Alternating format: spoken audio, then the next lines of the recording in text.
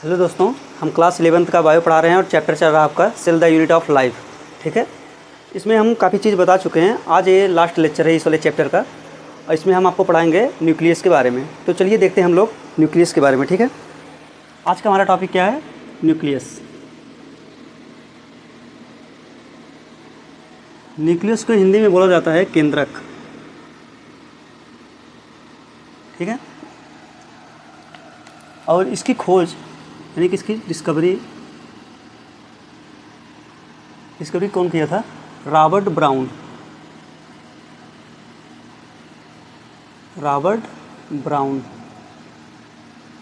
ठीक है,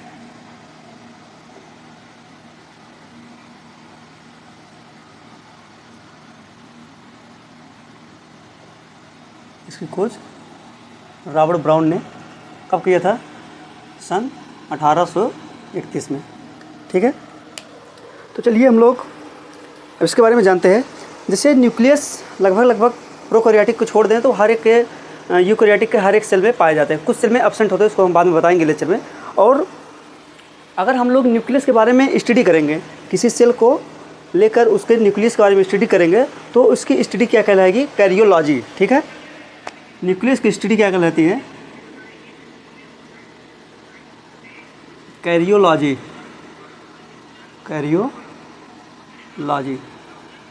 ठीक है, न्यूक्लियस की स्टडी क्या कहलाती है? कैरियोलॉजी। तो चलिए हम लोग अब न्यूक्लियस के स्ट्रक्चर को जानेंगे अच्छे से। ठीक है, तो चलिए हम लोग पहले एक स्ट्रक्चर बना लेते हैं न्यूक्लियस का। ठीक है, न्यूक्लियस कैसा होता है? डबल मेम्ब्रेनस होता है। तो चलिए पहले इसको डबल मेम्ब्रेन हम दिखा दे रहे हैं।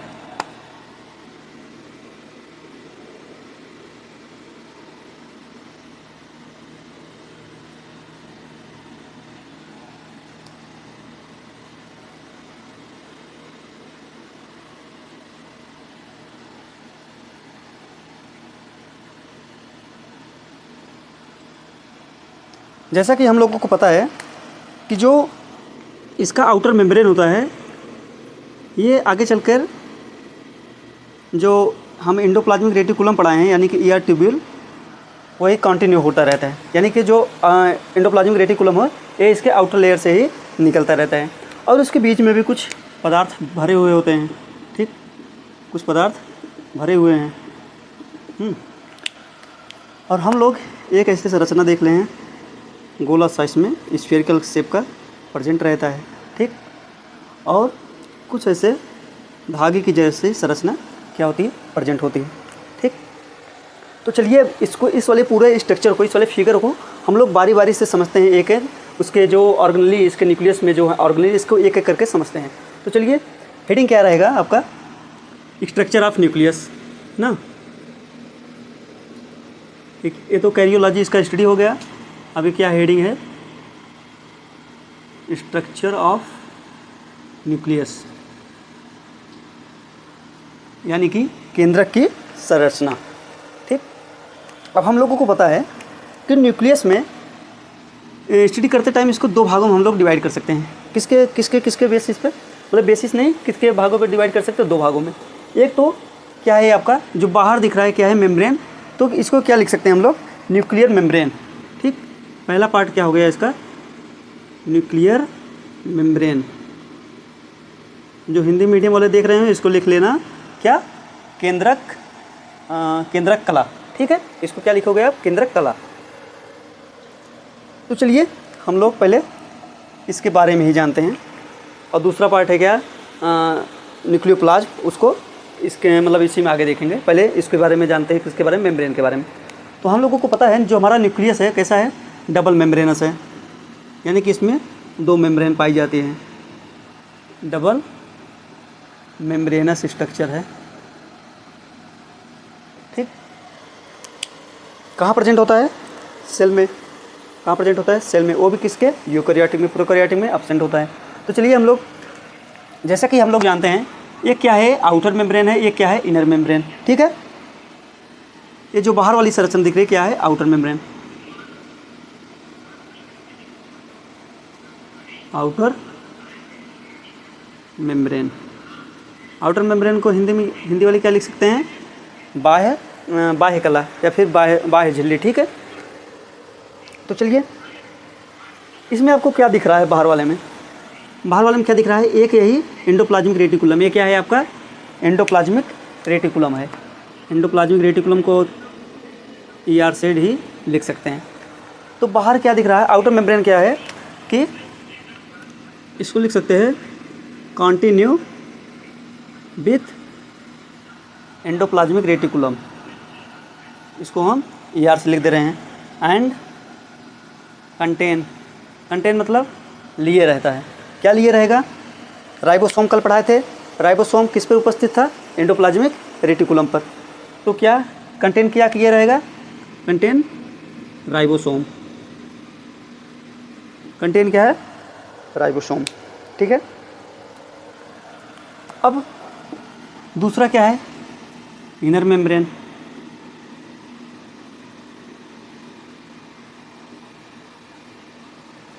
इसको लिख सकते हो आंतरिक झिल्ली। ठीक है, ये क्या आ गई? आंतरिक झिल्ली। और ये दोनों मेम्ब्रेन, और क्या इसमें प्रेजेंट होता है? इसमें तो कुछ नहीं खास प्रेजेंट नहीं होता, लेकिन लिख सकते हो कि पोर पाया जाता है। इसको बाद में बताते हैं। तो चलिए देखते हैं। अब देखो, एक ये क्या है? आउटर मेम्ब्रेन है। ये क्या है? आउटर है। और ये कौन सी है? इनर है। ठीक, इन दोनों के बीच में देखो एक खाली जगह जो पाया जा रहा है, इस वाली खाली जगह को क्या बोलेंगे? इस वाली खाली जगह को क्या बोलेंगे? Perinuclear space. तो पेरीन्यूक्लियर स्पेस कहाँ पर होगा? हम लोग डायरेक्ट लिख सकते हैं कि बिटवीन बोथ मेम्ब्रेन, यानी कि दोनों झिल्ली के बीच में क्या होता है? स्पेस रहता है।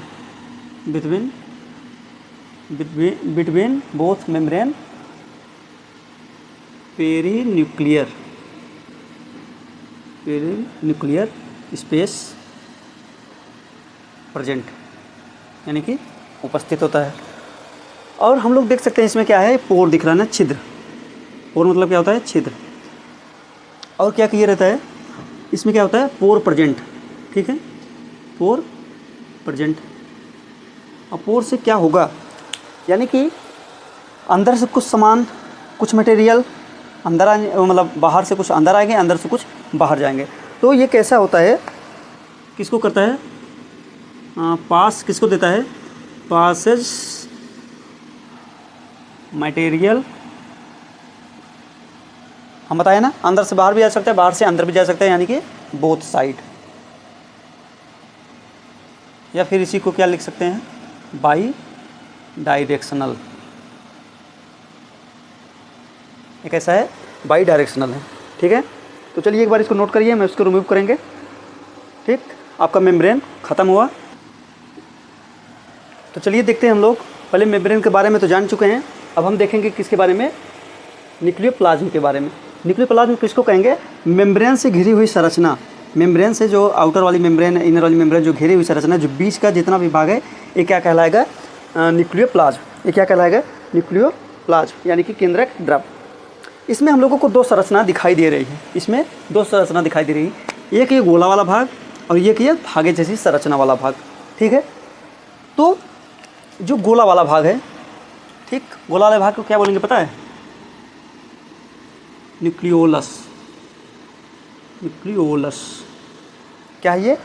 न्यूक्लियोलस। इसको हिंदी में बोलते हैं क्या? केंद्रिका। इसको हिंदी में क्या बोलेंगे? केंद्रिका। ये इस वाले भाग को पहले हम बता रहे हैं, गोले वाले भाग ना। ये कैसा दिख रहा है? स्फेरिकल शेप है कि नहीं है? Spherical shape. स्फेरिकल मतलब गोल जैसी संरचना। और कैसा है? ये मेम्ब्रेनस है या नॉन मेम्ब्रेनस है? कैसा है? Non membranes. यानी कहने का मतलब ये है कि जो न्यूक्लियस होता है गोल होता है, और कैसा होता है? नॉन मेम्ब्रेनस, यानी कि एक किसी भी मेम्ब्रेन के अंदर नहीं घिरा हुआ रहता है। ठीक है, इतना समझ गए। और इसका कुछ फंक्शन हम लोग जानते हैं। ये क्या करता है? बहुत ही इंपॉर्टेंट है। साइट ऑफ सिंथेसिस ऑफ किसको? किसको बनाएंगे? Active rRNA।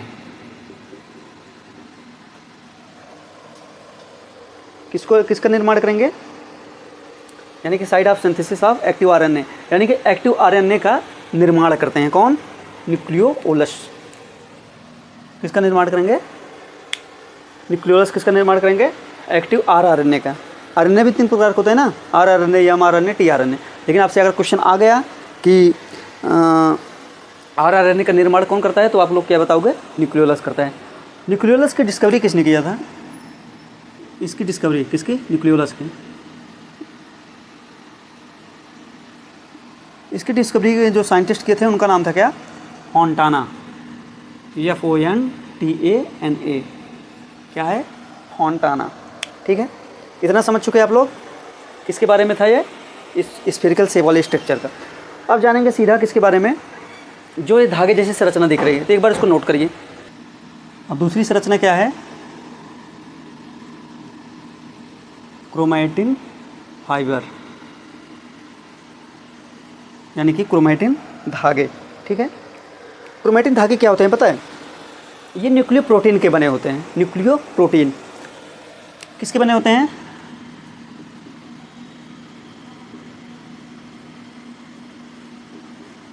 न्यूक्लियो प्रोटीन के बने होते हैं। Made up of nucleo protein. Nucleo protein का मतलब एक न्यूक्लिक एसिड है और दूसरा क्या है? प्रोटीन है। न्यूक्लिक एसिड क्या होता है? आरएनए होता है, डीएनए होता है। ठीक, और प्रोटीन में भी कई सारे प्रोटीन होते हैं।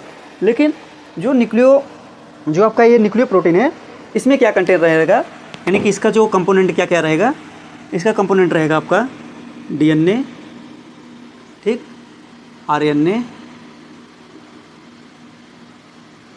एंड क्या लिख सकते हैं? हिस्टोन प्रोटीन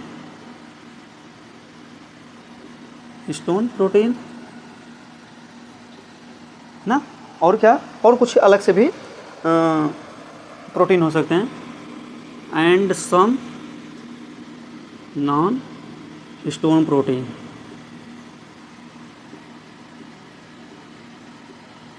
कहने का मतलब ये है, जो ये धागे जैसी संरचना दिख रही है, ये न्यूक्लियो प्रोटीन का बना हुआ है। न्यूक्लियो प्रोटीन में दो चीज़ मिलकर बने हुए, एक न्यूक्लिक एसिड है, एक प्रोटीन है। न्यूक्लिक एसिड में आरएनए आते हैं और डीएनए आते हैं, और प्रोटीन में हिस्टोन प्रोटीन पाया जाता है और कुछ अलग से भी प्रोटीन पाए जाते हैं। यही है क्या? Chromatin fibre. ठीक है, क्रोमैटिन फाइबर क्रोमैटिन फाइबर जो होते हैं, ये क्या करते हैं पता है? संघनित हो जाते हैं। क्या हो जाते हैं? संघनित कब होंगे? कोशिका विभाजन जब होने वाला होगा। ठीक है, कोशिका विभाजन के टाइम पर ये क्या होते हैं? संघनित हो जाते हैं। संघनित मतलब कंडेंस हो जाते हैं। कंडेंस मतलब जैसे कि अगर हम कोई बहुत बड़ा ऐसे धागा ले लिए, ठीक, कोई बहुत बड़ा धागा ले लिए, उसको ऐसे मोड़कर छोटा कर लिए। बात समझ रहे हैं ना? अगर कोई इतना बड़ा धागा है 1-2 मीटर का, उसको आप ऐसे मोड़ कर दिए, इतने भी आ जाएगा। तो जो हमारे न्यूक्लियस है, ये जो धागा दिख रहा है, ये लगभग 2 मीटर का होता है। 2 मीटर का धागा ऐसी सेल के अंदर, जिस सेल को हम अपने आँखों से नहीं देख सकते, उस सेल के अंदर एक छोटा सा न्यूक्लियस है। ठीक, सेल को भी हम अपने आँखों से नहीं देख सकते, उसके लिए माइक्रोस्कोप की ज़रूरत पड़ेगी। उस सेल के अंदर छोटा सा न्यूक्लियस है, और उस न्यूक्लियस के अंदर ये 2 मीटर का क्रोमैटिन फाइबर है। तो यही कंडेंस होकर क्या बनाता जाता है? क्या बन जाता है इससे? क्रोमोजोम। संघनित होकर क्या बनाएगा? क्रोमोसोम। क्रोमोसोम को बोलते हैं क्या? गुणसूत्र। क्रोमोसोम के क्या बोलेंगे? गुणसूत्र बोलेंगे। ठीक, गुणसूत्र की संरचना हम दिखा दे रहे हैं जैसे जल्दी से। एक ऐसा बीच में रहता है, 2 इसके किनारे किनारे, ऐसे सेम इधर भी। ठीक, ये जो भाग दिख रहा है बीच का गोला वाला भाग, ये क्या होता है पता है? इसको बोलते हैं हम लोग सेंट्रोमियर। इसको क्या बोलेंगे? सेंट्रोमियर, या इसी को और क्या बोल सकते हैं? Primary constriction. ठीक है, इसको क्या बोल सकते हैं? Primary constriction.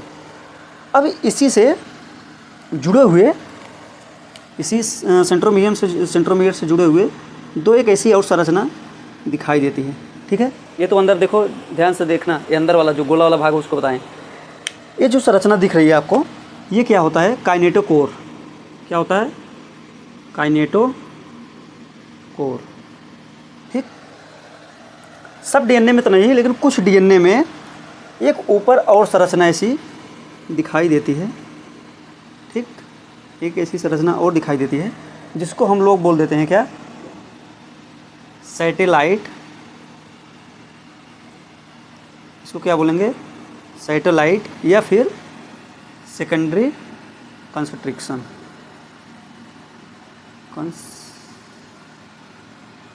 Secondary constriction.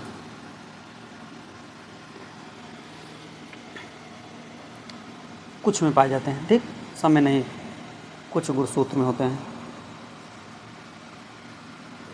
सब में नहीं होते हैं। इसको आप लिख लेना। ठीक, ये क्या है? काइनेटोकोर है। काइनेटोकोर का काम क्या है पता है? ये क्या करता है, जब कोशिका विभाजन होने लगेगा, हम आगे चैप्टर में यही पढ़ाएंगे, कोशिका विभाजन के समय क्या करता है? स्पिंडल फाइबर को होल्ड करता है। क्या करता है? स्पिंडल फाइबर को क्या करता है? इसमें जैसे स्पिंडल फाइबर ऐसे कुछ धागे जैसी संरचना आती है, इसको पकड़ने का काम करता है। ठीक, और ये जो सेंट्रोमियर है, ये क्या, जो सेंट्रोमियर, ठीक, सेंट्रोमियर का काम क्या है पता है? क्रोमैटिड को पकड़े रहता है। क्या है? क्रोमैटिड को होल्ड किए रहता है।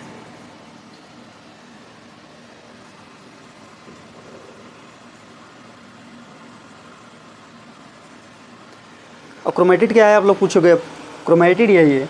अगर यही हम अलग कर दें, यही वाली संरचना, जैसे कि इसमें 4 दिख रहा है, अगर हम ऐसे अलग कर दें, ये क्या हो गया? क्रोमैटिड हो गए। ये दोनों क्या हैं? क्रोमैटिड। यही क्या होते हैं?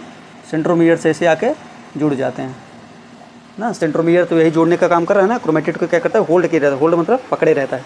ठीक, तो हम लोग इसके बारे में जान चुके हैं, किसके? न्यूक्लियस के बारे में पूरा हो चुका है। हाँ, तो चलिए एक बार इसको नोट करिए आप लोग। हम इसको रिमूव करते हैं और पढ़ाएंगे आपको गुणसूत्र के बारे में। तो आप लोग गुणसूत्र के बारे में लगभग हो चुका था। अब हम गुणसूत्र को थोड़ा और डिटेल में जानेंगे। गुणसूत्र के टाइप्स ना, गुणसूत्र के जो टाइप्स होते हैं उनको किस आधार पर बांटा गया है, तो आप लोग क्या बताओगे? Position of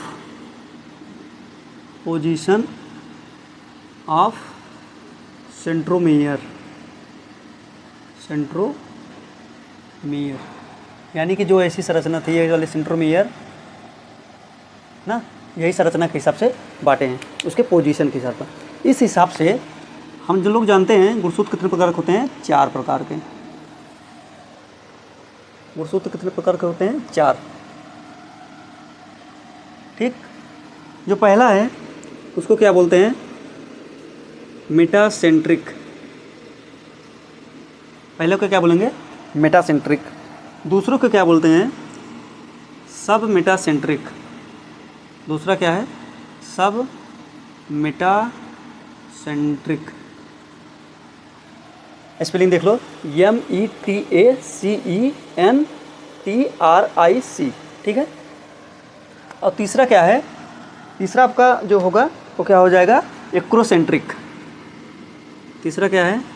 acrocentric. और चौथा जो लास्ट वाला है वो क्या हो जाएगा? टीलोसेंट्रिक।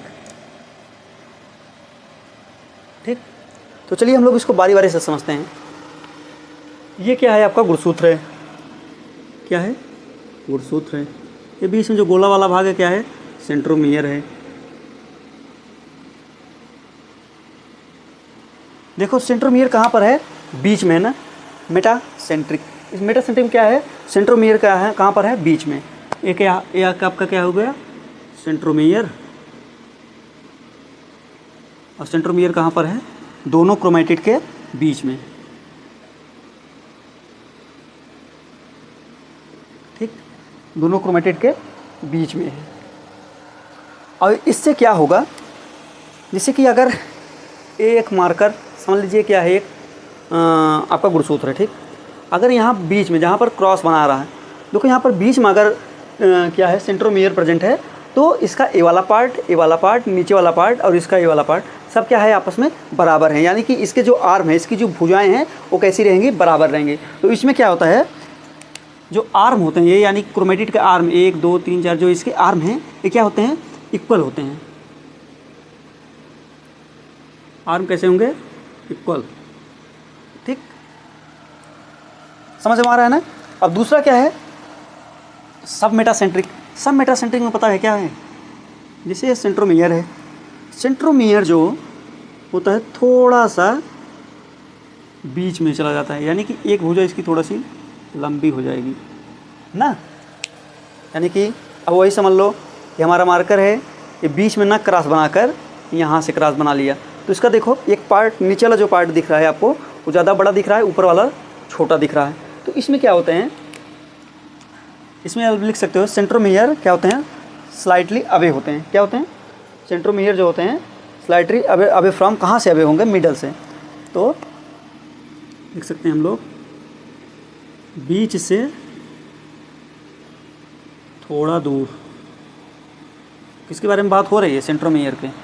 सेंट्रोमियर इसमें क्या होगा, बीच से थोड़ा दूर होगा, इसमें क्या होगा, बीच में होगा। तो इसमें क्या होगा, इसमें ये होगा कि ये आर्म जो रहेगी ना, एक भुजा जो रहेगी,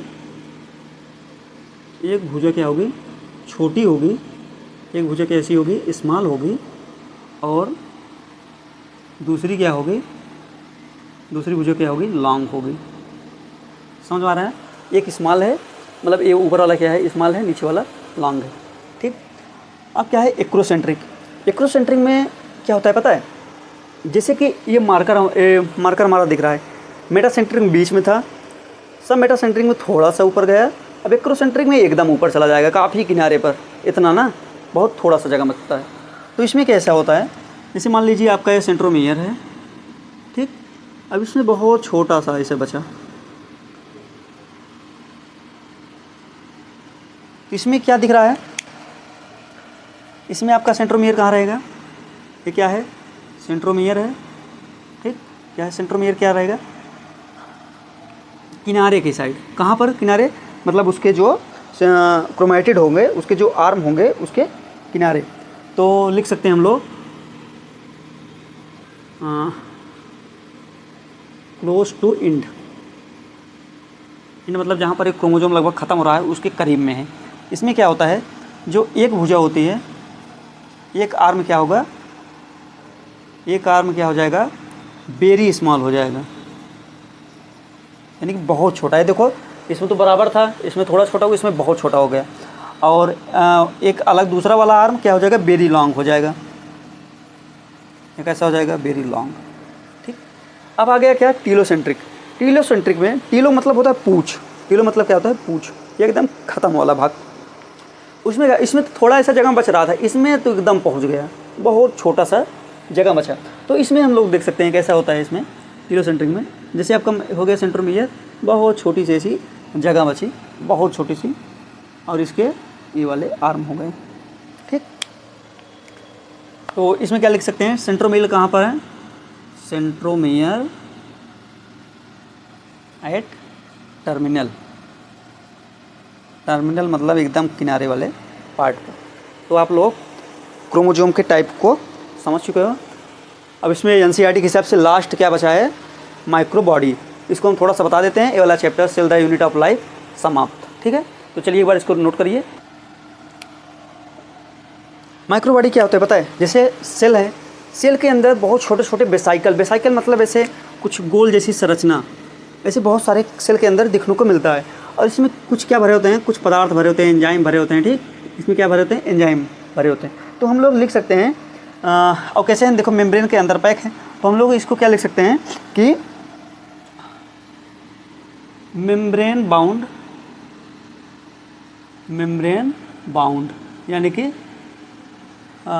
झिल्ली से बंधी हुई संरचना, मेम्ब्रेन बाउंड वेसाइकल। वेसाइकल मतलब यही छोटे छोटे गोले के खंड ना, vesicle.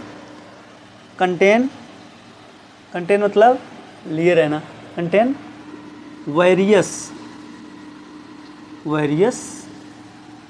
Enzyme. Also called as क्या है, माइक्रोबॉडीज।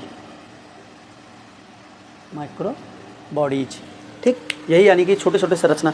जैसे हम लोग किसके बारे में पढ़े, एक दो तो पढ़े हैं। जैसे एग्जाम्पल इसका अगर पूछ लिया, एग्जाम्पल क्या है, लाइसोसोम। लाइसोसोम पढ़ाए थे ना, वो भी वेसाइकिल से जैसी संरचना थी, उसके अंदर भी एंजाइम्स भरे थे ना। लाइसोसोम हो गया। उसके बाद आपका हो गया क्या, पैराक्सीसोम। ठीक है, एक लाइसोसोम हो गया, पैराक्सीसोम हो गया, और एक आपका क्या हो गया, स्फेरोसोम। और चौथा क्या हो गया, ग्लाइऑक्सिसोम। ठीक है, चौथा क्या हो गया, ग्लाइऑक्सिसोम। ठीक, तो आपका ये cell the unit of life वाला चैप्टर पूरा समाप्त हो चुका है अच्छे से। पूरा हम शुरुआत से लेकर अंत तक बताएं एनसीईआरटी के हिसाब से। तो इसको पूरा एक बार फिर से रिवाइज करिए, इसका प्रॉपर नोट्स बनाइए। ठीक, और जो कोई दिक्कत हो किसी लेक्चर में हमें फिर से दोबारा बताना, हम उसको फिर से समझाने का प्रयास करेंगे। ठीक है, बेस्ट ऑफ लक।